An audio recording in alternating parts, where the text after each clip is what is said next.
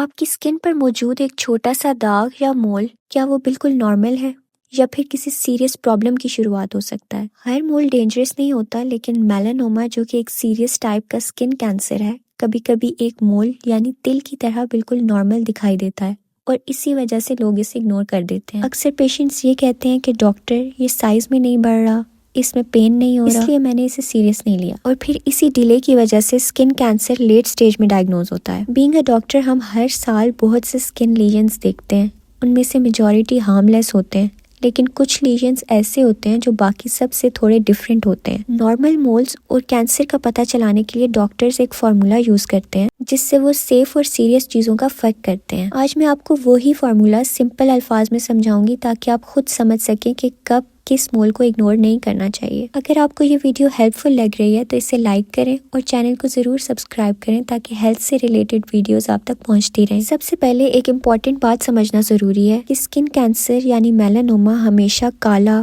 बड़ा या स्केरी नहीं होता।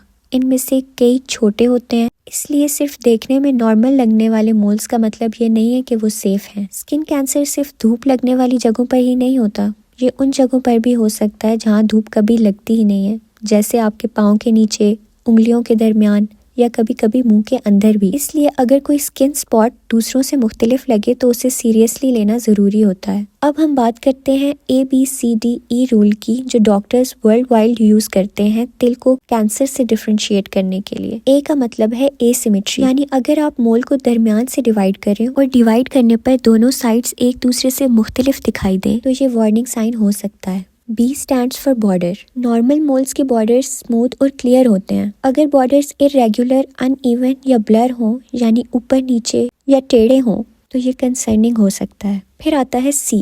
C stands for color. अगर एक ही मोल में कई रंग हों, जैसे कि सुर्ख, सफ़ेद, ब्राउन या ब्लैक, तो ये भी स्किन कैंसर का साइन हो सकता है। Next is D.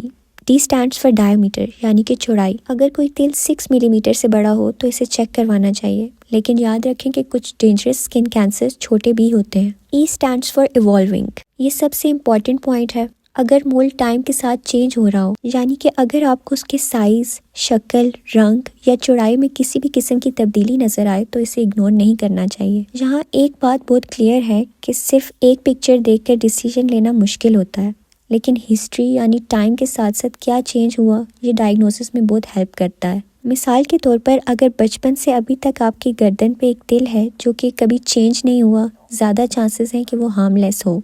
लेकिन 20 साल से ऊपर की उम्र के लोगों में अचानक एक नया तिल आना जो कि ग्रो भी कर रहा हो, ये खतरनाक हो सकता है। आप इसको एक और सिंपल कॉन्सेप्ट के थ्रू भी समझ सकते हैं, विच इज़ अगली डकलिंग रूल। आप पिक्चर में देख सकते हैं कि इन सारे डकलिंग्स में से एक डकलिंग आपको बिल्कुल डिफरेंट नज़र आ रहा है क्योंकि वो बाकियों से मुख्तलिफ है। इसी तरह अगर आपके जिस्म पर ज़्यादातर मोल्स एक जैसे हैं और एक मोल बिल्कुल अलग लगता है तो उस पर एक्स्ट्रा अटेंशन देना ज़रूरी है। यही मोल अक्सर प्रॉब्लम क्रिएट करता है। मैं आपके साथ एक रियल क्लिनिकल एग्जाम्पल भी शेयर करती हूँ। क्लिनिक पे एक पेशेंट अपनी एक टांग पर सुर्ख दाग के साथ आई, जो कि टाइम के साथ चेंज हो रहा था और उन्हें उस पर खारिश भी महसूस होती थी, लेकिन चेक करने पर वो लीजन हार्मलेस निकला। एग्जामिनेशन के दौरान ही उनकी दूसरी टांग पर एक छोटा सा मोल नजर आया जो बिल्कुल सिम्टम्स नहीं दे रहा था, लेकिन ABCDE रूल अप्लाई करने पर वो मोल सस्पिशियस लग रहा था।